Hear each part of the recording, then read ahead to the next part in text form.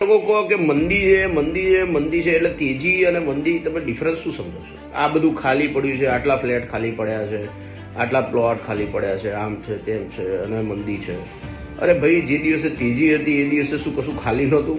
કેવી વાતો તમે કરો છો? કન્સ્ટ્રક્શનની અંદર એટલે તમે કોઈ દાડો 0-0 ડિમાન્ડ સપ્લાય થઈ છે?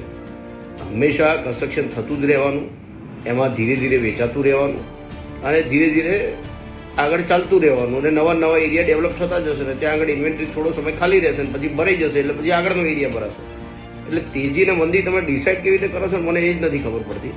મંદી અને અમદાવાદમાં તમે અમદાવાદની બહાર નીકળી અને પછી બહારના જે શહેરો છે ત્યાંના જે ઇન્વેસ્ટરો છે એમને પૂછો, એ બધા એમ કહેશે કે तेजी तो अगर है तो आपके गुजरात में है और अगर अच्छा मार्केट है तो आपके अहमदाबाद में है. तो पॉजिटिव रहो, पॉजिटिव चालो. બજાર અમદાવાદનું તો બહુ પોઝિટિવ છે.